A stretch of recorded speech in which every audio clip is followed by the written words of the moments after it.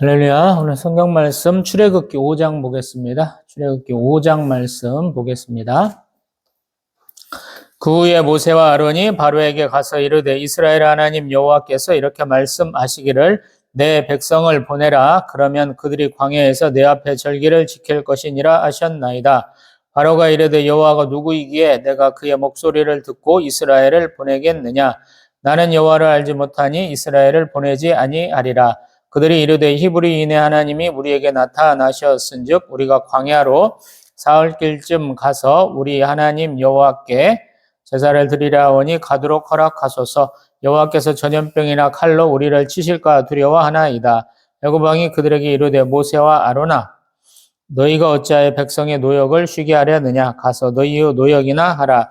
바로가 또 이르되 이제 이 땅의 백성이 많아졌거늘 너희가 그들로 노역을 쉬게 하는도다 하고 바로가 그날의 백성의 감독들과 기록원들에게 명령하여 이르되 너희는 백성에게 다시는 벽돌에 쓸 집을 전과 같이 주지 말고 그들이 가서 스스로 집을 줍게 하라. 또 그들이 전에 만든 벽돌 수요대로 그들에게 만들게 하고 감하지 말라. 그들이 게으름으로 소리질러 이르기를 우리가 가서 우리 하나님께 제사를 드리자 하나니 그 사람들의 노동을 무겁게 함으로 수고롭게 하여 그들로 거짓말을 듣지 않게 하라. 백성의 감독들과 기록원들이 나가서 백성에게 말하여 이르되 바로가 이렇게 말하기를 내가 너희에게 집을 주지 아니하리니 너희는 집을 찾을 곳으로 가서 주우라. 그러나 너희 일은 조금도 감하지 아니하리라 하셨느니라.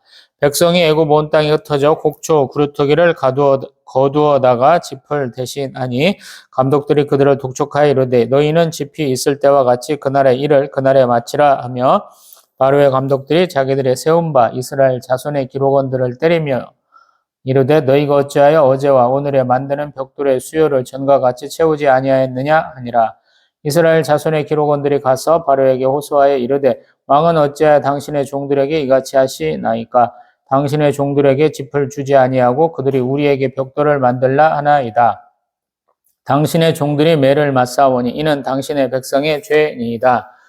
바로가 이르되 너희가 게으르다 그러므로 너희가 이르기를 우리가 가서 여호와께 제사를 드리자 하는도다. 이제 가서 일하라. 짚은 너희에게 주지 않을지라도 벽돌은 너희가 수량대로 바칠지니라.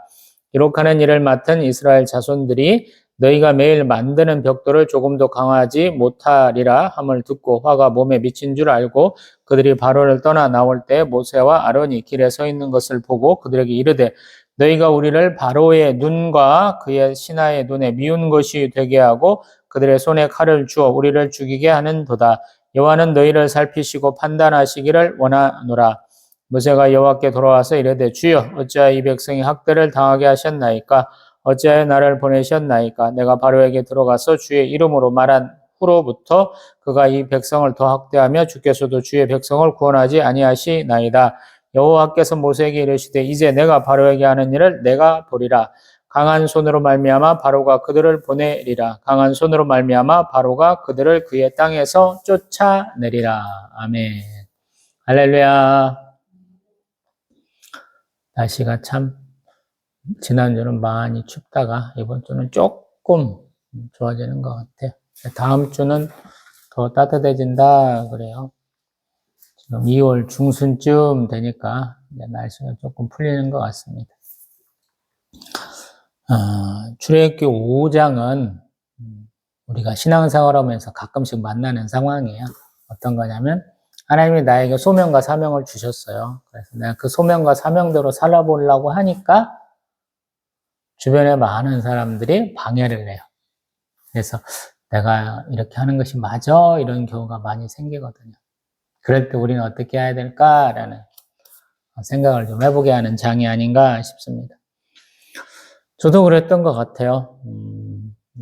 본격적인 신앙생활을 고향에서 할 때, 제가 신앙생활 별로 해보지도 않았어요. 군대에서 27, 8, 잠깐씩 교회 달랑달랑 하고는 35살, 제가 이제 만 나이로 34살 생일 지난 다음부터 교회를 다니기 시작한 것 같아요. 근데 다닌 지 1년도 안 돼서 성경 일독을 하고는 나도 교회 개척하고 싶다. 이런 마음을 품게 하시더라고요. 근데 좀 많이 쉽지 않더라고요. 가는 길에 제가 포기했던 길과 이 신학의 길이 딱 두 개가 놓이고 그 중에서 무엇을 선택할까 이렇게 하나님이 보시기도 하고 이제 대학교 편입을 해서 학사학위를 취득하려고 그러는데 처음에는 신학과 가려고 했는데 신학과가 안 되더라고요. 그래서 영어 영문학 하고 그 다음에 이제 우리 한일장신대 편입해서 대학교 맞추고 충신대학교 신학대학원 3년 맞추고 했죠. 근데 좀 많이 어렵더라고요. 제가 가기에는. 왜냐하면 나이가 벌써 제가 신대원 1학기 때 39이었으니까 만만치 않더라고요. 입학시험 보는데도 이제 나중에 그분한테 수업도 듣기는 했습니다만 굉장히 압박 면접식으로 하더라고요. 제가 일생에 가장 많이 욕한 사람이에요.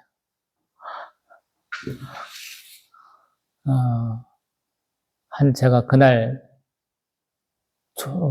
굉장히 차가 막혔던 것 같긴 한데 한 3시간 동안 누군가를 집중적으로 욕해본 건 처음인 것 같아요. 태어나서 처음으로. 내가 사명과 소명을 받고 주의 일을 가는 데 있어서 내 나이가 뭐가 문제인 거예요, 도대체. 근데 현실적으로는 굉장히 맞는 얘기더라고요.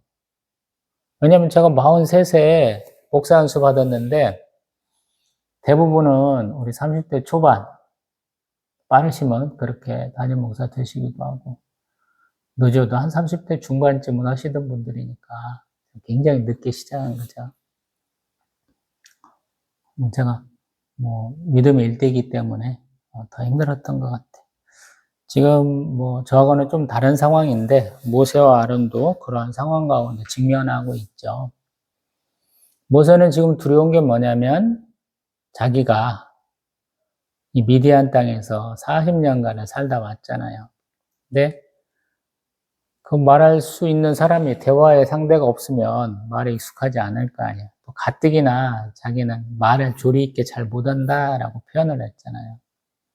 그래서 하나님이 너를 대신해서 말할 수 있는 대언자를 주실 거야 그러시잖아요. 우리 구약이나 신약이나 이렇게 대언자들이 많이 있잖아요. 예레미야 선지자를 대신해서 시종 드는 사람, 엘리야 선지자의 종이었던 엘리사, 또 우리 사도 바울을 대신해서 말하는 사람, 글을 쓰는 사람들이 많이 있잖아요. 예전에는 이게 너무 당연한 거예요. 그런 것들을 자연스럽게 여겼던 거예요. 근데 우리 21세기에 살아가면서 꼭 자기가 모든 걸 다 해야 되는 것처럼 생각하시는 분들이 참 많잖아요. 그러다 보니까 이게 좀 옛날 감성으로, 옛날 그러한 방식과 현대어 방식과는 좀 다르기 때문에 이해를 우리가 잘 못할 수가 있어요. 그리고 출애굽기 시작하면서 말씀드려봤는데 지금 이집트 피라미드는 훨씬 전에 만들어져 있어요, 지금. 굉장히 오래된 거예요, 이집트 피라미드는. 그 이집트 정통 왕조가 무너지고 이민족들이 와서 지금 막 왕들을 세울 때 지금 일어났던 일에 해당한 것이 아니냐, 지금 BC 15세기는 그런 때가 아니냐라고 추정을 하고 있죠. 그러다 보니까 가장 걱정이 뭐냐면 내가 이민족이야. 와서 이렇게 나라를 먹고 있는데 또 다른 이민족이 오는데 그럼 걱정스럽잖아요. 굉장히 이질적인 존재가 있잖아요. 그게 유대인 집단이에요. 남자만 60만 3,550명. 전체 숫자로 하면 한 4배쯤으로 하면 3배쯤으로 하면 200만 명이나 되는 사람이 잠재적 적대 세력으로 있다라는 거예요. 그래서 그걸 적극적으로 없애려고 노력을 하잖아요. 출애굽기에서는 보면 아예 애를 못 낳게 또 그것도 안 되니까 사내에는 나일강에 던져서 물고기밥, 악어밥 줘라 이렇게 얘기하잖아요. 근데 그것도 안 되니까 노역을 더 심하게 시키려고 하는 상황까지 온 것 같아요. 지금 5장까지 오니까. 그 노역을 어렵게 하는 것 중에 하나가 뭐냐면 벽돌 만들기다라는 거예요. 이놈 이민족, 이러한 이질적인 집단을 억압하면서 그들의 노동력을 가지고 뭘 하면 지금 국고성이라든가 아니면 방어 요새를 짓는다라고 보여지는 것이죠. 왜 하필이면 뭐 진흙벽돌에 해당하는 것만 만들고 있습니까? 그러면 비가 안 오니까 충분해, 이게. 우리가 생각할 때, 야, 인도나 파키스탄에서 벽돌 만드는 거 보면 진흙 잔뜩 갖다 놓고, 틀에다가 막 찍어가지고, 뭐 수십만 장 쫙 늘어놓고, 그거 다시 갖다가 구워갖고 쓰잖아요. 여기는 아예 그런 것도 필요 없는 것 같다라는 생각이 들어요. 진흙이 잘 붙도록 지푸라기를 넣는다라는 거예요. 그러니까 굽지는 않는 거예요. 구우면 지푸라기 타니까 더 안 좋아지겠죠? 그러니까 진흙이 잘 붙을 수 있도록 우리가 흔히 아는 찰흙이나 이런 것이 아니다라는 생각을 좀 해봐야 돼요. 흙의 조성이 다르다는 거. 우리 조상들이 다른 건 몰라도 우리 깨끗한 물은 원 없이 먹고 살자 그래서 이 한반도를 정했다라고 하시는 분들이 있잖아요. 한국과 일본 정도 빼면 그냥 물을 시원하게 맛있게 잘 먹을 수 있는 환경이 별로 없다고 그러잖아요. 석회가 하도 많아가지고. 여기 이집트와 지금 나일강 삼각주 또 이스라엘에 연결되는 지역의 어떤 면에서 보면 토양은 우리가 생각하는 그 토양과는 좀 다를 수 있다라는 생각을 가지고 좀 보시면 그래, 진흙 안에 지푸라기를 좀 넣어야 튼튼해지는갑다라는 것을 알 수 있고 진흙 만드는 곳 옆에 농경지가 있었다라는 것도 우리가 유추가 되죠. 왜냐하면 나일강 삼각주에는 지금 물줄기가 쭉쭉 나가면서 거기에서 농사 지을 수 있는 땅이 많다라는 것이죠.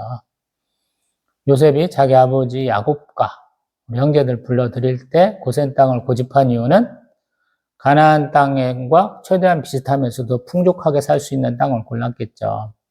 그래서 농업도 가능하고 목축도 되는 곳, 거기를 골랐을 거 아니에요, 고센 땅이. 그래서 지금 그들의 거주지는 옮겨지지는 않고 그렇게 살고 있는 것이죠.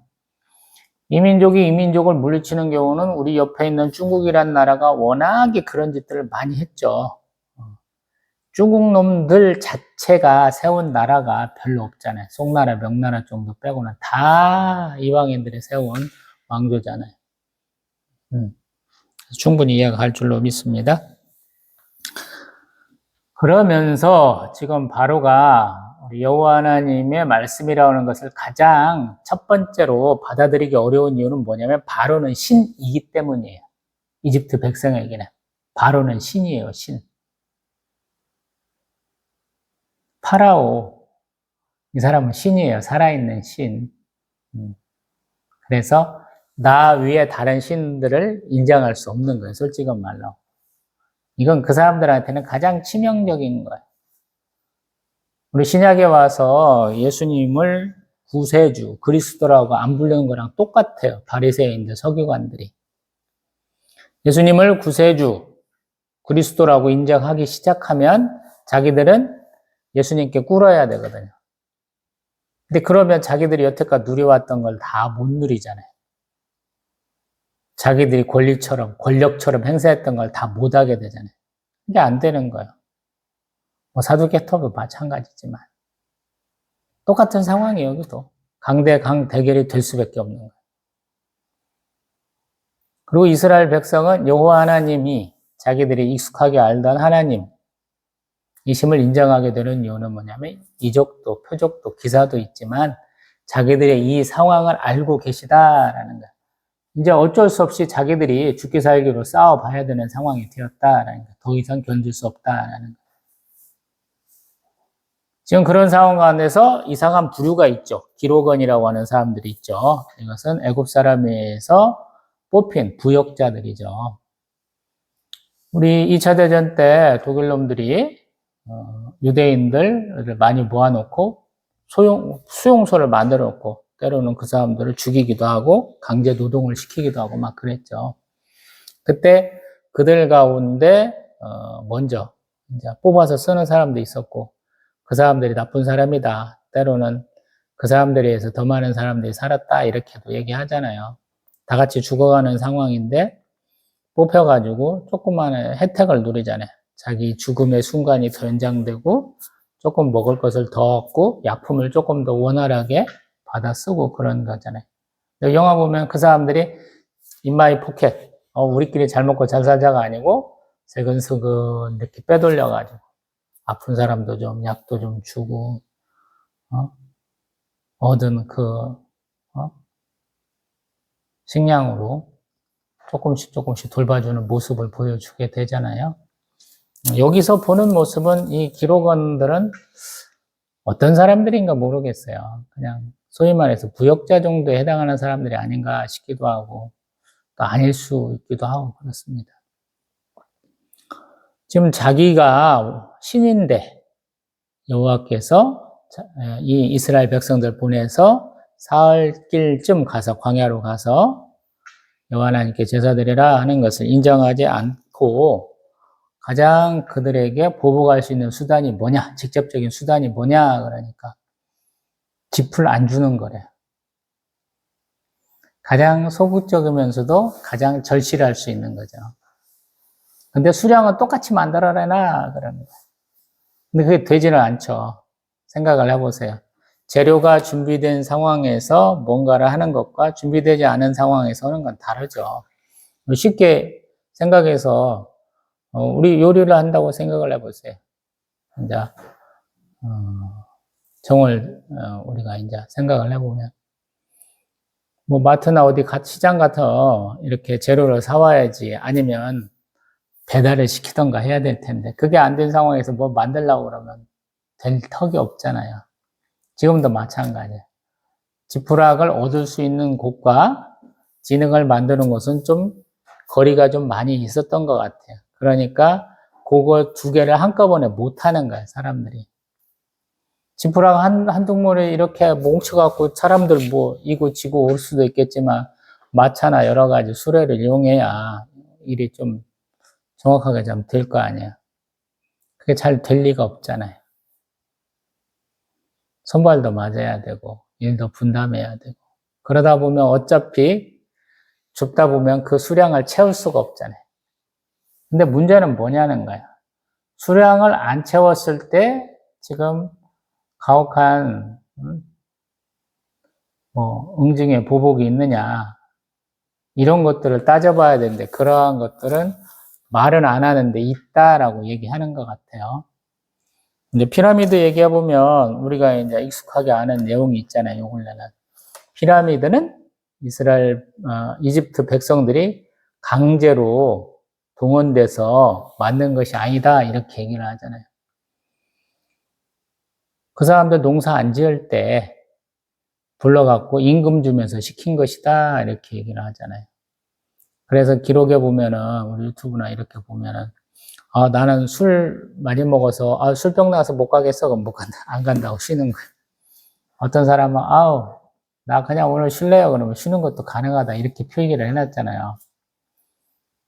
이집트도 굉장히 기록 문화가 많이 발달돼 있어서 석판 같은 데다가 뭐 점토판 같은 데다가 다 이렇게 써놔가지고 세세한 기록이 남아 있다라는 거예요. 파피루스 같은데 읽어보니까 굉장히 자유스럽게 했고 소위 말해서 국가적으로 백성들 동원해서 임금 주려고 하는 너도 좋고 나도 좋은 그런 일을 했다라고 얘기하잖아요. 근데 이스라엘 백성에게는 그런 게 아니었다라는 거예요. 굉장히 강제적인 조치였기 때문에 이스라엘 백성들 굉장히 힘들었다라는 거예요.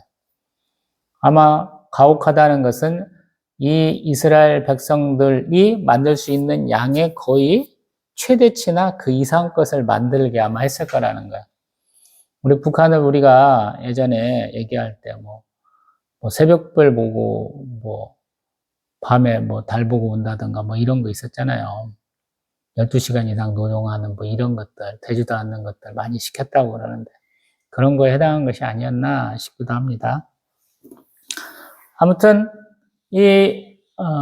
바로한테 부역자들이 하는 말이 모세와 아론한테는 굉장히 어려웠을 것이다 라는 거예요. 21절에 보면 너희가 우리를 바로의 눈과 그의 신하의 눈에 미운 것 때로는 나쁜 냄새가 나게 하고 그들의 손에 칼을 주어 우리를 죽이게 하는도다. 여호와는 너희를 살피시고 판단하시기를 원하노라. 아멘. 이 부역자들은 죽게 됐다라고 얘기하면서 하나님 앞에 호소하는 거예요. 하나님이 너를 좀 죽여버렸으면 좋겠어. 이런 표현이에요. 이게 완곡한 표현이거든요. 근데 사실 모세와 아론은 하나님이 이렇게 하라고 시켜서 온 거잖아요. 근데 정작 당사자들은 더 힘들어지고 일부는 이렇게 아우 너희들 때문에 내가 죽게 생겼어 이렇게 얘기하는 거죠. 모세한테는 이런 경험이 있잖아요. 이스라엘 백성들 가혹하게 다루는 애국 관리를 하나 죽였었고 또 이스라엘 백성들끼리 싸울 때 말리다가 야 네가 우리의 뭐 재판관이야? 이런 소리 한번 들었잖아요. 그 얘기를 지금 한 40년 지난 다음에 또 들었잖아요. 제가 항상 트라우마 이렇게 얘기하잖아요. 설교하면서 트라우마 얘기 많이 하잖아요. 어려웠던 거, 자기가 도저히 극복 못했던 일을 하나님 한 번 더 경험하게 하신다라는 거. 위대한 사람들은 항상 그런 것들을 극복해내게 하세요. 제가 좋아하는 기드온 사서도 32,000명 모였다가 다 가. 남고 남아서 10,000명에서 300명 남아갖고 그 300명 됐고 대승을 이끌게 하시잖아요. 우리 베드로 사도 같은 경우 대제사장의 뜰 이런 데 가가지고 나 예수님 몰라 3번 했는데 예수님 갈릴리 호수에서 만나갖고 시몬아 내가 나를 사랑하느냐 3번 물으시잖아요. 이런 경우가 제법 많아요. 저도 신학과 안 가고 영어 영문학과 갔다라고 그랬잖아요. 몇 차례 말씀 들어봤을 수도 있다라는 생각했는데 제가 전북대 의대 다니면서 원서를 봐야 된대요. 이게 모국어도 아닌 영어에 난독증이 오는가 싶을 정도로 하루에 한두 페이지를 못 넘기겠더라고요. 하루에 한 100페이지씩은 봐야 수업을 따라가고 공부를 하는데 이게 도저히 안 넘어가요. 그래서 아이고 포기하자 이렇게 된 건데 의대도 간두게 되고 하필이면 영어 영문학과를 하게 하더라고요. 뭐 듣기 테스트도 하고 뭣도 하는데 이게 될 리가 없어서 하나님 앞에 기도하기를 제가 영어 다시 잘하게 되면 저도 공짜로 잘 가르쳐 줄게요 라고 기도를 했는데 참 몇 달 안 돼서 잘 듣게 하시고 잘 적응하게 하시더라고요. 4학기 평균 4.5점 만점에 제가 4.46으로 한 것 같아요. 3학기 다 장학금 받았고 첫 학기야 뭐 없고 다 받았고 4학년 2학기 때는 신대원 준비를 병행하면서 한 과목은 우리 교수님이 한일장신대 유명한 양궁부가 있어요. 우리가 금메달 많이 따는 양궁과는 조금 다른 도르래를 이용해서 쓰는 양궁부가 있는데 양궁부가 너무 잘하는 것이라 너무 잘하는 우리 선수들이라 그 선수들 뒷바라지냐고 가다 보니까 제가 한 과목은 중간고사, 기말고사까지 다 주관하고 수업도 제가 하고 그런 것도 다 하게 하시더라고요. 그래서 하루는 그냥 땡. 앞에 가서 가르치는 것과 제가 듣고 이해하는 건 다른 거잖아요. 그래서 금요일 하루인가는 그냥 땡치고 어떻게 했는데도 4.35대 1인가 4점 몇 대 1인가를 제가 뚫고 신대원 합격을 했네요. 면접도 그렇게 별 볼 일 없이 봤는데도 하나님 의대나라는 생각이 들어요. 평생 영어는 쳐다보도 안 했던 걸로 알았는데 영어 영문학과 그렇게 잘 학점 잘 따서 이수하게 하셨네요. 교수님들한테 참 사랑 많이 받았고 좀 두려움을 많이 떨쳤던 것 같고 또 1학년 때까지 신대원 1학년 때까지는 제가 또 그냥 무료 봉사하듯이 방학 때 정도면 영어 가르쳐주기도 하고 그렇게 잘 왔네요. 이런 거예요, 사실은. 하나님이 나에게 사명과 소명을 주셔요. 그래서 그걸 쭉 따라가다 보면 정말로 올 그린라이트, 제가 이 말 되게 다 쓰죠.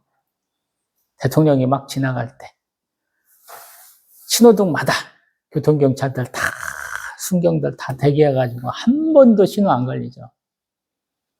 우리는 그렇게 하기를 원하지만 하나님 하시는 방법은 다르시죠. 천천히 가면 안전한 곳에서 딱 쉬게 하시고 또 올 때쯤 바꿔주시고 안전하고 편안하게 갈 수 있도록 하나님이 인도하신다. 제가 이런 편 참 많이 썼거든요. 이도 그런 과정이에요. 우리는 하나님이 그냥 평안하게 아무 일도 없이 가기를 원하는데 그거는 우리 철로 역정을 읽어보면 성령과 함께 해야만 가능한 거야.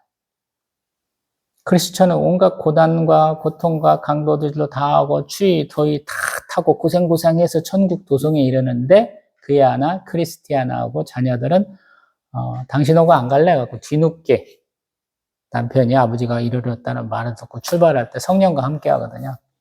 그래서 여유롭게 여행하듯이 이러는 것을 보게 되거든요. 그래서 성령 하나님 오지 많이 해야 돼. 성령이 주시는 지혜로 감동으로 해야 되거든요. 사도행전도 제가 용기를 주신다, 지혜를 주신다 두 가지 걸 많이 강조했잖아요. 사도행전에서 성령이 우리에게 주시는 게 뭐냐라고. 마찬가지야. 하나님은 하나님의 소명자, 하나님의 사명자에게 이러한 트라우마도 극복하게 하시고 역전의 그런 삶을 바라보게 하셔요. 자기를 가장 낮은 사람으로 여기지만 하나님은 그를 들어 쓰셔서 가장 높은 곳에 있게 하시거든요. 대표적인 예가 모세예요. 아론이고. 지금 이렇게 막 처음부터 반대에 부딪히고 업신여긴 당하고 죽어라 이렇게 저주도 받고 있잖아요. 근데 이 두 사람에 의해서 이스라엘 백성들이 출애굽도 하게 되고 가나안 땅에 정착도 하게 되고 또 아론의 반차를 쭉 이어서 대제사장들이 나오게 하시잖아요. 우리 신앙생활이 어려운 거예요. 장밋빛 미래만 그려서는 안 된다라는 거예요. 신앙생활이. 영광의 십자가만 바라보면 되는 게 아니고 고난의 십자가도 충분히 각오해야 된다는 거예요. 왜? 하나님은 하나님이 어떤 분이신지 우리가 이해하고 또 체득하고 따라오도록 자연스럽게 깨달아지도록 해주시고요. 또 나를 통해서 사명자, 소명자를 통해서 하나님의 영광, 하나님의 거룩함을 나타내시기 때문이게 그런 거예요. 그래서 사명자, 소명자가 하나님에 대한 절대 믿음, 절대 신뢰가 사라지는 순간 그 사람이 굉장히 어려운 삶을 살아요. 하나님과 수직적 관계가 굉장히 튼튼한 사람과 이 수평적 성도들의 관계를 잘하는 사람들 나중에 한번 보세요. 제 말이 맞는가 틀리는가 한번 생각을 해보세요. 하나님과 수직적 관계가 굉장히 뛰어난 분들이 있어요. 목회는 성공 못할 수도 있어요. 저처럼. 저보다 더 안 좋아지실 수도 있어요. 근데 반대로 성도들하고 수평적 관계를 굉장히 잘하신 분도 많거든요. 교회도 막 부흥해요. 말년이 어떤가 한번 보세요. 하나님은 어떤 사람을 더 중요하게 여기는가 한번 보세요. 수직적 관계냐, 수평적 관계냐. 너무 단순한 것 같기도 하거든요. 목회, 성도가 없이 무슨 목회야 이럴 수도 있지만 그냥 단순하게 목사도 그냥 성도예요. 쉽게 말하면 많은 분들이 착각하고 본인도 착각하시는 경우가 참 많은데 목사니까 나는 성도 아니야 이렇게 착각하시는 분도 많거든요. 근데 그건 정말 바보짓인 것 같아. 너도 성도야 라고 제가 가르쳐주고 싶어요. 주일날 설교할 때 하나님이 자기를 높이 쓰시는 거잖아요. 성도들을 위해서 돌보고 기도하고 그들에게 권면하라는 것이 하나님 주신 사명과 소명이에요. 근데 그럼에도 불구하고 너도 성도야 하나님 이렇게 말하실 때가 많거든요. 그 몫을 해야 돼요. 그래서 어려운 거예요. 한 2목 정도는 해야 되거든요. 저도 마찬가지. 그런 면에서 성도님들은 많이 편할 수 있죠. 말씀을 맺습니다.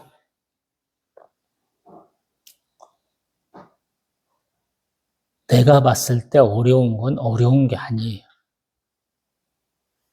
내가 잠깐 다른 사람들한테 안 좋은 평가받고 욕먹는 것은 어려운 게 아니에요. 사람 100명이 있으면 100명한테 다 칭찬받으려고 사는 게 아니기 때문에 그래요. 우린 사람의 평가에 좌지우지 되는 사람이 아니고 하나님을 기쁘게 하기 위해서, 하나님의 영광을 위해서 사는 사람이 돼야 되거든요. 그럴 때 하나님이 우리에게 평강도 주시고 기쁨도 주시고 영광도 주시기 때문에 그렇거든요. 그래서 어려운 거야. 니나 좀 잘해보지? 그러면 할 말은 없긴 한데 목표는 그렇게 세워야지. 목표도 처음부터 달성 가능한 정도로 낮게 세워서 되겠어요? 제가 말씀드리는 이것도 평생 동안 제가 열심을 다해야 도달할까 말까 하는 거거든요, 사실은. 어느 날은 이만큼 간 것 같은데 어느 날은 갑자기 뒤로 뽁 빠져갖고 이만큼 가고 있는 상황이거든요, 솔직한 얘기. 근데 그러한 목표를 가지고 나아가야 되는 것이죠. 성경을 읽는 목적이 뭐예요?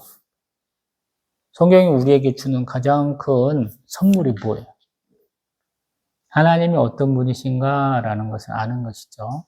그리고 그 하나님께서 어떤 상황에, 어떤 지역에 사는 사람들에게 이렇게 무슨 일을 하셨어. 근데 왜 하셨는지를 아는 것이죠.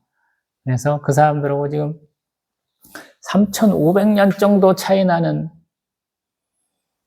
21세기 대한민국에 살고 있는 우리가 이 말씀을 통해서, 이 상황을 통해서 나는 어떻게 나아갈까라고 고민해 보는 것이죠. 그래서 좋은 설교자를 구하는 것도 굉장히 좋은데 더 좋은 것은 내가 말씀의 은혜를 사모하면서 그 말씀의 의미를 살피고 내 삶에 적용해 보는 거예요. 저는 된다고 말씀드려봤어요. 저는 36에 성경 일독하고 시작을 했어요. 한 석 달 가까이 되는 것 같아요. 그때는 꽃장 사러 다니던 때인데 차에 이렇게 앉아가지고 바깥에는 물건 다 이렇게 진열해 놓고 손님이 와갖고 아저씨 불러도 저는 안 나가면서 고르고 나와서 부르세요. 차에 앉아갖고 성경책 보고 비 오는 날은 더 좋아하고 아이고 오늘은 하루 종일 성경책 읽을 수 있겠네. 그렇게 시작을 했어요. 제 앞에 성경 천독 읽었다는 사람, 1년에 수십 독 한다는 사람, 다양한 사람들 많았죠. 괜찮아요. 그거는 그 사람들 방식일 뿐이에요.